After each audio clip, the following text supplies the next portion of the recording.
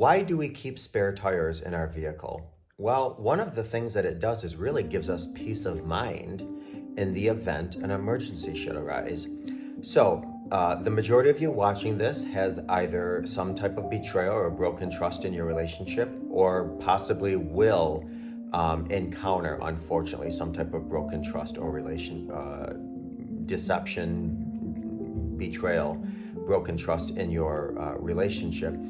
And one of the things that I want to say is this. I am an eternal optimist when it comes to relationships. I pride myself on how well I do keeping couples together. Obviously, I'm not, a magician. People have to put in the work. But I pride myself on keeping couples together. I believe people come together. It's hard to stay together, but the benefits are so worth it if you work out things. Having said that, there are cases where it might be beneficial to separate, whether that's a case of abuse or, what have you. I'm not in your situation. I don't know. And even if I did, you know what's best for you, or you have to do what you have to do regardless. So one of the things, if you are watching this and you are in that transition period where you're thinking, I want to give this a go, I want to give it a try, I want to forgive him and her, I want to rebuild, I want to reconcile, or I'm not sure, or I'm going to see how it goes, or what have you.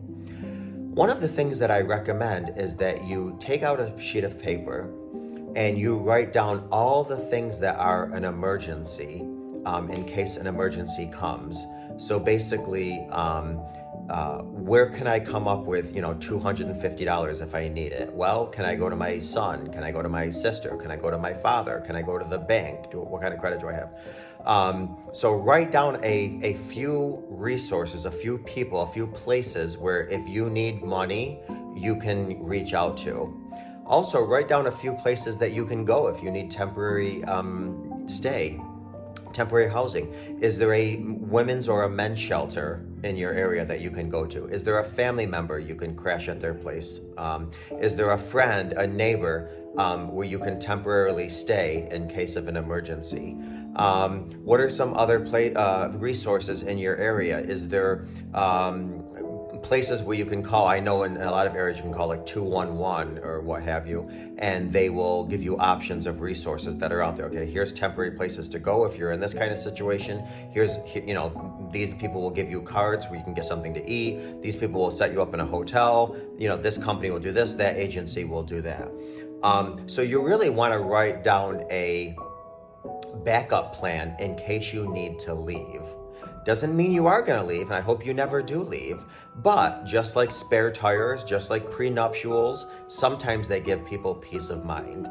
So again, if you are in this position, even if not, if you want to be proactive, write down all the areas where you may need something, whether it's housing, whether it's money, whether it's food, whether it's, care for your children, whatever. Because in the event of an emergency, this is going to give you a peace of mind. Now, I always say this. When you are on the path of reconciling or rebuilding or healing or whatsoever, I always, no matter what, want people to make decisions from a place of empowerment, not a place of fear.